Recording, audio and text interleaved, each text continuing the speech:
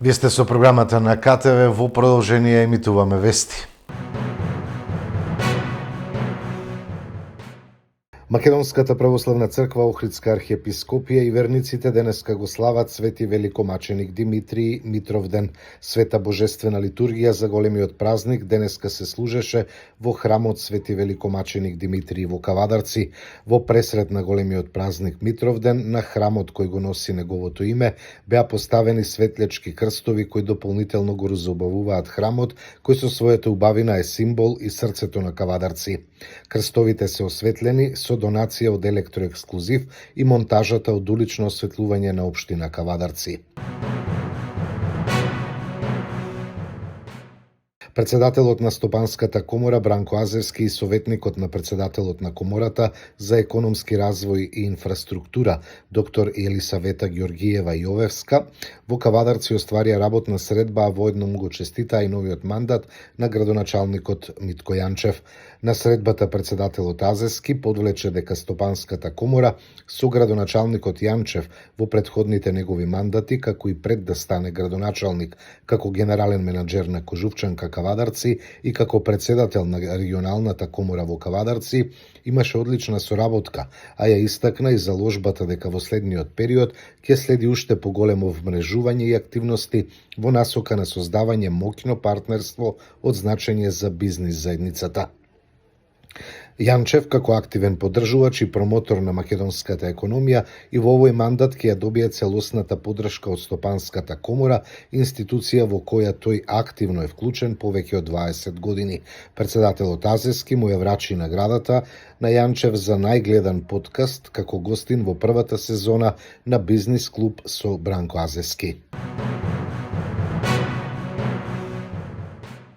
Вкупните приходи од наплата на патарина за првите 9 месеци од годинава изнесуваат 3 милиарди 611 милиони денари, 58,725 милиони евра, информираа за МИА од јавното претпријатие за државни патишта. Инфлацијата повторно расте и во октомври достигна 4,5%, спротивно на владините уверувања дека ќе се намали и под 3, обвинуваат од СДСМ.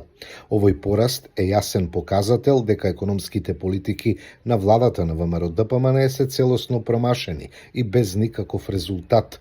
Велат од СДСМ и додаваат дека инфлацијата го јаде стандардот на граѓаните, ги јаде платите кои не се покачуваат, туку стагнираат, цените на храната и основните производи растат, сметките се повисоки, граѓаните имаат се помалку пари во џебовите. Нереформираната СДСМ, предводена од Филипче во сенка на Заев, доживеа историски дебакал на овие избори. Владењето на Филипче и Заев со СДС ја доведоа партијата до колапс, а за тоа сведочи и исходот од овие локални избори на кои СДС освои само 6 општини, 126.000 гласови и околу 230 советници. Истовремено ги изгуби и своите некогашни бастиони. Се дури СДС е управувана од дуото Филипче Заев, партијата е далеку од било каква можност за прогрес, консолидација и реформација, велат од владеачката ВМРО-ДПМН. Системот на злоупотреби што го создаде владата ја уништи довербата. Земјоделците повторно ќе ја платат цената, вели поранешниот министер за земјоделство во владата на СДСМ Љупчо Николовски. Колку пати алармирав и предупредував дека во Агенцијата за финансиска поддршка на земјоделството и руралниот развој се создава систем на клиентелизам, влијанија и злоупотреби, порача поранешниот министер за земјоделство Николовски, реагирајќи по апсењето на директорот на агенцијата при земање мито.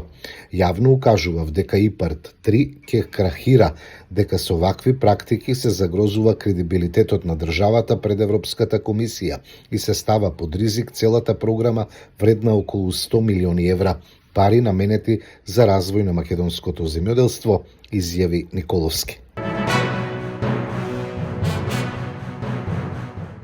ВМРО ДПМН нема да ги толерира неправилностите и девијантните однесувања на поединци за кои има сомнение дека го прекршиле законот, реагира од владеачката партија и додаваат: законот за сите е ист. Секој кој што ќе биде фатен во корупција или криминал и притоа ќе има докази за истиот мора да одговара. Не смееме да дозволиме општеството да ни биде мрачно како порано кога луѓе како Заев, Љупчо Николовски, Груби, Филипче и слични на ним, за кои има основани сомненија или пресуди за сторен криминал, шетаат слободно по улиците, велат од ВМРО ДПМН.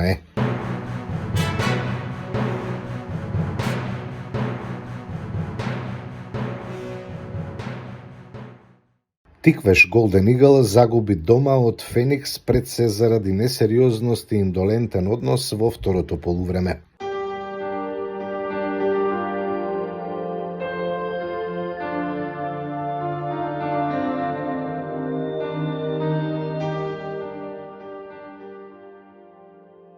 Времето утре променливо облачно со повремени локални врнежи од дожд, ќе дува слаб до умерен ветер од јужен правец, температурата до 17 степени. Во понеделник наместа врнежите ќе бидат поројни и пообилни, над 30 литри на метар квадратен за 24 часа, со услови за појава на грмежи. Во деновите потоа времето ќе биде стабилно и суво. Гледавте вести, имајте пријатна вечер со нашата програма.